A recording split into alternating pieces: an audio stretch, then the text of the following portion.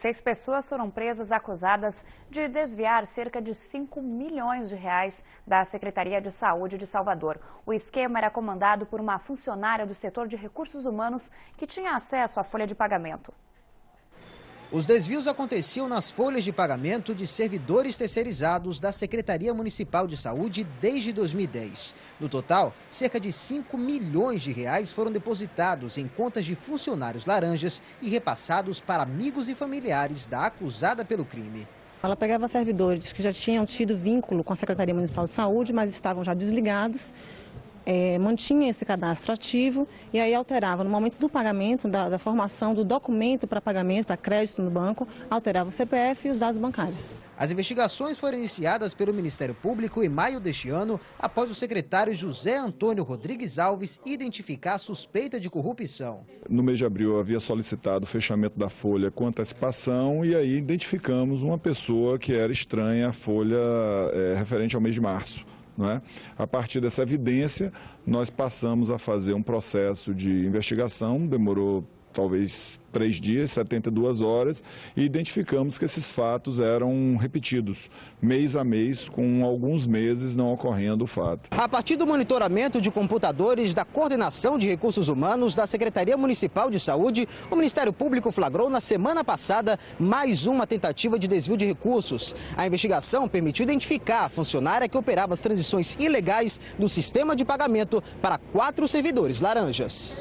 Giovana Sintra Matos, de 29 anos, foi contratada em 2008, através de um processo seletivo, e atuava como técnica administrativa. Segundo o Ministério Público, ela tinha acesso exclusivo ao sistema. Ela foi treinada, para executar essa folha de pagamento desde o início da implantação desse sistema, que é o sistema ProSoft. Ela não era a única servidora que fazia esse trabalho. Havia outros servidores também com esse mesmo trabalho. Agora, ela solicitava esse acesso privilegiado para alterar cadastros e lhe era concedido. A funcionária pública, que não tem passagem pela polícia, foi presa em casa, no beco de Plataforma, junto com o marido. Outras 4 pessoas envolvidas no esquema também foram detidas. Todos foram encaminhados para o complexo da Mata Escura, onde vão aguardar a conclusão das investigações. Ainda foram cumpridos 5 mandados de busca e apreensão e 4 pessoas também são investigadas. A acusada deve responder pelos crimes de peculato, organização criminosa e lavagem de dinheiro. Caso seja condenada, pode pegar até 30 anos de prisão, mais pagamento de multa. Essa folha passa a ser monitorada, logicamente as senhas passam a ter uma limitação e quando eu digo as senhas, basicamente era a senha que ela utilizou ao longo desse período. Importante destacar que ao longo de 5 meses, enquanto a servidora, a prestadora de serviço, ao longo desse período em que ela cumpria a licença maternidade, não se observou absolutamente nenhuma tentativa de fraude ou alguma incorreção na folha de pagamento. E após 2 meses de parcelamento, os salários do mês de setembro dos servidores do Rio Grande do Sul serão pagos integralmente hoje. De Porto Alegre, a repórter da Band News, Isabela Cuchinir, tem as informações. O anúncio foi feito pelo governador José Ivo Sartori em uma mensagem nas redes sociais. O chefe do Executivo Gaúcho salientou que isso só foi possível por causa das medidas adotadas nos últimos dias. Uma destas alternativas foi ampliar de 85% para 95% o limite de saque dos chamados depósitos judiciais. Outro esforço do governo, segundo a Secretaria da Fazenda, foi recuperar dívidas de ICMS dos contribuintes pelo Refaz 2015, um programa especial de quitação e parcelamento de pendências com a Receita. A primeira fase do Refaz 2015 registrou o ingresso de 315 milhões de reais de quitação de dívidas do imposto. A folha líquida do Poder Executivo é de 950 milhões de reais.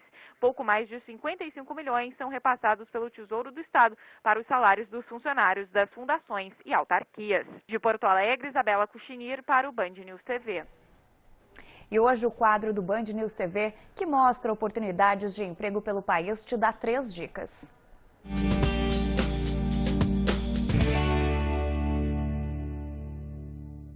A Faculdade de Economia, Administração e Contabilidade da Universidade de São Paulo contrata professores titulares para o Departamento de Economia. O período de inscrição começou na segunda-feira e vai até março do ano que vem. Os pedidos de participação devem ser feitos pessoalmente na assistência técnica acadêmica da FEA. O salário é de R$ 14.938. A Prefeitura de Teresina tem 50 vagas abertas para guardas municipais. As inscrições são feitas pelo site até 10 de outubro. A taxa é de R$ 70 e o salário é de R$ 1.100. Se você é professor e mora em Juiz de Fora, em Minas Gerais, tem oportunidades nessa área. A Prefeitura não divulgou o número de vagas e nem o salário, mas as inscrições estão abertas pelo site até o dia 10 de outubro. O início do trabalho é no ano que vem. E o Senado aprovou o projeto que estende a todos os servidores a aposentadoria compulsória aos 75 anos de idade. A decisão foi unânime e somente os diplomatas do Itamaraty poderão extrapolar a regra prevista na extensão da chamada PEC da Bengala. A proposta segue agora para a sanção presidencial. Outra proposta que segue para a sanção de Dilma aumenta o limite do crédito consignado de 30% para 35% do salário. E a gestão do prefeito Fernando Haddad não conseguiu aprovar uma emenda na Câmara Municipal de São Paulo que prevê o aumento do IPTU para imóveis irregulares, terrenos vazios e obras paralisadas. A sessão foi longa. Os vereadores começaram a discutir o tema às 11 horas da manhã de ontem e só levaram o texto à votação na madrugada de hoje. A bancada do governo chegou a excluir do aumento do imposto as áreas com menos de 500 metros quadrados e as obras paralisadas para tentar a aprovação. Com isso, o número de imóveis afetados pela alta cairia de 176 mil para 79 mil. Já a arrecadação prevista passaria de 200 milhões para 150 milhões de reais. Mesmo assim, o projeto que aumentaria o IPTU para esses imóveis foi derrotado por 25-12. Hora de saber como fica o tempo em todo o Brasil com a meteorologista Laura Ferreira. O grande destaque da meteorologia nesta quarta-feira são essas nuvens carregadas que já se espalham entre o norte do Rio Grande do Sul, Santa Catarina, Paraná, Mato Grosso do Sul e até algumas instabilidades já em São Paulo. Chove muito desde a madrugada e atenção que nas próximas horas o tempo continua muito instável com possibilidade de transtornos. Isso porque existe o risco de rajadas de vento, queda de granizo e muitos raios. Esse mapa mostra a previsão de chuva para hoje. Nessas áreas mais escuras é onde existe o maior potencial para transtorno, que é onde a chuva deve cair de forma mais intensa. Chove um pouquinho também no norte do país, em parte do centro-oeste, alguns pontos aqui do litoral do nordeste. Mas se a gente observar nessa parte aqui do mapa, nada de chuva por enquanto, sob a influência da grande massa de ar quente ou seco, que dificulta a formação de instabilidades e aí vai garantir um dia ensolarado. 38 é a máxima prevista hoje para Teresina, 30 graus em Aracaju, Recife, João Pessoa, 36 em Palmas e também em Cuiabá, e aí no centro-sul do país uma temperatura mais amena, tem muita nebulosidade, máxima de 22 graus em Curitiba e em Porto Alegre, São Paulo com 27, Rio de Janeiro com 31. Nas duas capitais, tanto a Paulista quanto a Fluminense, pelo menos até o final da semana o tempo segue instável, sempre com possibilidade de chuva. E o dólar comercial opera em queda nesta quarta-feira. Neste momento, a moeda cai 2,93%, cotada a R$ 3,94. Sem oferta líquida de swap nem de linhas de câmbio, o mercado cambial deve ser pautado hoje pelo ambiente externo e o noticiário político, como a votação dos vetos presidenciais. E as mortes no trânsito caíram 18,5% no primeiro semestre na cidade de São Paulo, na comparação com o mesmo período do ano passado. Segundo a Prefeitura, a redução se deve às ações da administração.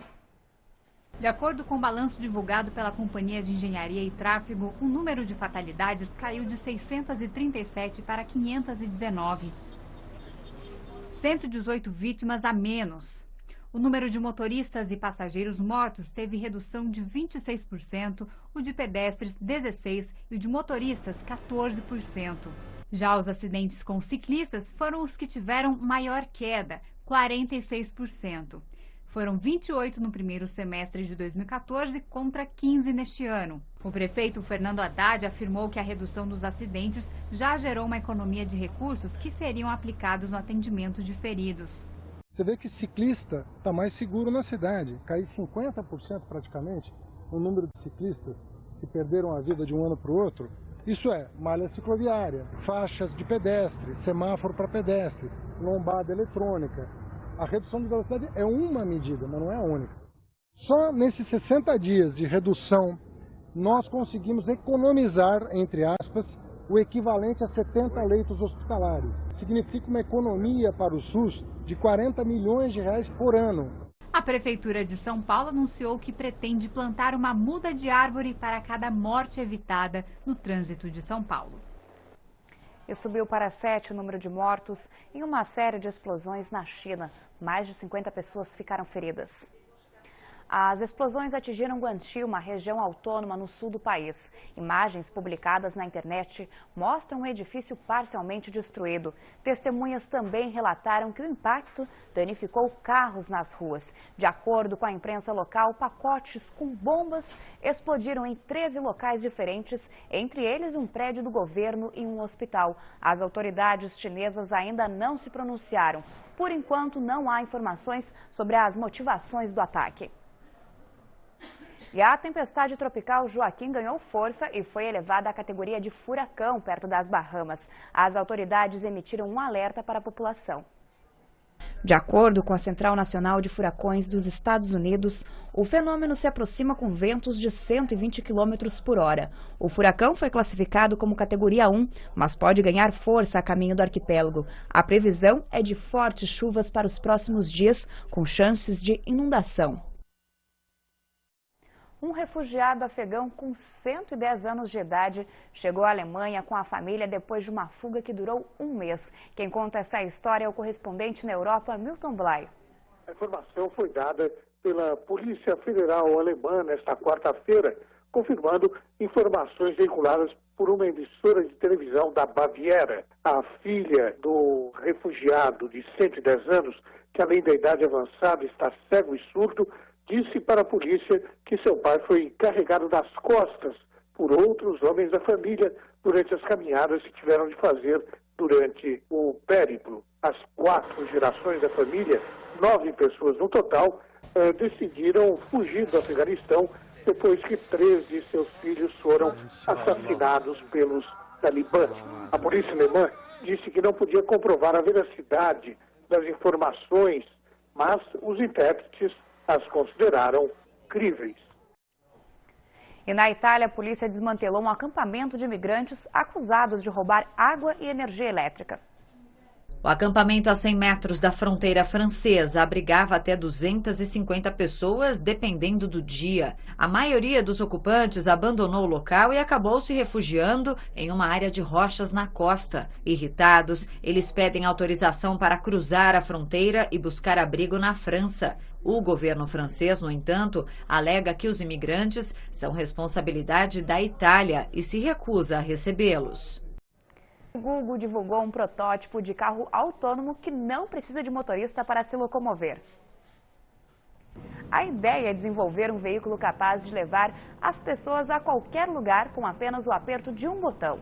A gigante de tecnologia acredita que o carro autônomo possa contribuir para a segurança no trânsito, além de ajudar pessoas que não podem dirigir. O protótipo é equipado com sensores e softwares que permitem a locomoção do veículo nos cenários mais complicados, como as ruas de grandes cidades. Desde 2009, o Google desenvolve esse projeto com a ajuda de montadoras. A companhia acredita que a tecnologia para construir carros que não precisam de motoristas esteja disponível até 2020. Um vídeo divulgado no YouTube pelo Google mostra a reação de voluntários na Califórnia ao serem transportados no carro autônomo pela primeira vez. As filmagens de um drama policial em uma rua de Moscou, na Rússia, quase terminaram em tragédia de verdade. Tudo isso porque um soldado que passava pelo set não percebeu que se tratava de uma ficção e agrediu o protagonista. Olha o que ele fez. Assim que viu o suposto bandido fazendo a garota de refém, o soldado veio por trás e atacou o vilão, libertando a mocinha.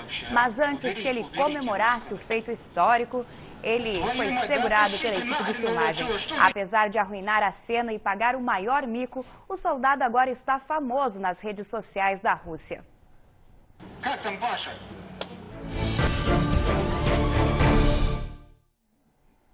E 2 jogos abriram a 29ª rodada da Série B. No lado de baixo da tabela, o Ceará segue em queda livre, enquanto lá em cima o Santa Cruz entrou no G4. No Arruda, o Santa Cruz fez 1 a 0 para cima do Bragantino com esse gol de Lelê. Daniel Costa bateu escanteio, Éder Lima afastou mal e Luizinho ampliou para o tricolor pernambucano. Alan Mineiro arriscou de fora da área e diminuiu para o time paulista 2-1. Nos minutos finais, Bruninho fez o terceiro para os donos da casa. Final 3-1 Santa Cruz, o novo integrante do G4 da Série B. Em Fortaleza, o Ceará perdeu mais uma e está em situação delicada no Z4. Lucas Fernandes fez o gol da vitória do Luverdense por 1-0. E agora você acompanha os melhores momentos da coluna do José Simão, que vai ao ar de segunda a sexta-feira na Rádio Band News e também aqui no Band News TV. José Simão, excelência! Buenos dias, Boechat! Majestade! Acorda macacada! Guru iluminado, tudo bem? Presidente! Vice! É verdade que encontraram um volume agora, novo? Como é que foi o negócio? Sim, depois que descobriram água em Marte, nós temos o volume morto. Que é onde? São Paulo. Então temos volume morto, volume Marte, um volume morto e o volume Marte, e o PMDB tem o volume Marta. É o maior dos três. Descobriram água em Marte e botox em Marta. Água em Marte e botox em Marta. Olha aqui, excelência, tem predestinado aí? Sim, meu caro Boechat, mais um para minha série Os Predestinados. Direto de Santo Antônio das Missões, Rio Grande do Sul, o despachante José Paulo Robalo Furtado. Esse não é predestinado, é azarado mesmo. Robalo Furtado. Agora, como é que chamava também o predestinado repórter da CBN que anunciou a descoberta de água em Marte? Etevaldo. É, grande ET, figura maravilhosa. Sim, descobriram água em Marte, anuncia Etevaldo. Esse João Paulo Robalo Furtado é assim na maternidade, meu filho. Peraí, na penumbra do berçário. Você vai se chamar José Paulo Robalo Furtado. E quando crescer vai ser assaltado. 2 vezes. 2 vezes. Uma por ser roubá-lo por ser roubá-lo e por furtado. ser furtado. O Ronaldinho saiu do Fluminense. Saiu sem entrar, né? Ninguém nem percebeu. Mas ele entrou. Recebeu 2 milhões de reais por 80 dias de trabalho. 2 milhões de reais por 2 palavras. Oi e tchau. Ele falou oi, ganhou 1 milhão. Falou tchau, ganhou outro 1 milhão. Tanto que o site Que Biloco aqui, ele mostra aqui que já anunciaram no Facebook, né? O que, hein? Tá aqui. Vendo o Ronaldinho, pouco tempo de uso. 2 meses. É seminovo. Não, seminovo não, semivelho. Gosta de balada e pouco esforço. Inteirinho. Tratar inbox. Inbox quer dizer o irmão dele, né? Tratar inbox é tratar com meu irmão. Aí o pessoal fica reclamando, por que o Ronaldinho não fez nada no Fluminense? Pra não prejudicar o rendimento na balada. Claro. Não é? Porque ele chegava lá no Fluminense, falava, o pessoal gritava, ei, Ronaldinho, amanhã vai ter treino. Ele em que boate? Hasta amanhã, excelência. Tchau. E daqui a pouco, o Petrobras anuncia aumento de 6% para a gasolina e de 4% para óleo diesel nas refinarias. E ainda, farra em cadeia. Presos fazem piscina improvisada em delegacia no Paraná.